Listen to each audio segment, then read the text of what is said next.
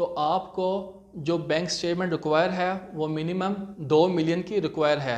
मतलब 20 लाख रुपया आपके अकाउंट में होना ज़रूरी है। 20 लाख का टर्नओवर, यानी कैश जमा भी हो और कैश निकले भी, यानी 2 लाख जमा हुई है 2 लाख निकले, तो ये 4 लाख का टर्नओवर हो गया। यानी इसी तरह आपने कैश जमा करवानी है और निकलवानी है, जो टोटल उसका टर्नओवर हो वो 2 मिलियन यानी 20 लाख का होना चाहिए। इसी तरह आपने विज़िट के लिए बैरून मुल्क अप्लाई करना है तो आपका 3 मिलियन यानी 30 लाख का टर्नओवर होना ज़रूरी है। और दूसरी बात, जब भी आपका अकाउंट ओपन हो गया आप कैश जमा करवाएं बैंक में, लेकिन निकलवाने के लिए आप एटीएम यूज़ करें, एटीएम से कैश निकलवाएं। और दूसरी बात, अगर आपने ज़्यादा कैश निकलवानी है तो आप चेक के थ्रू कैश निकलवाएं।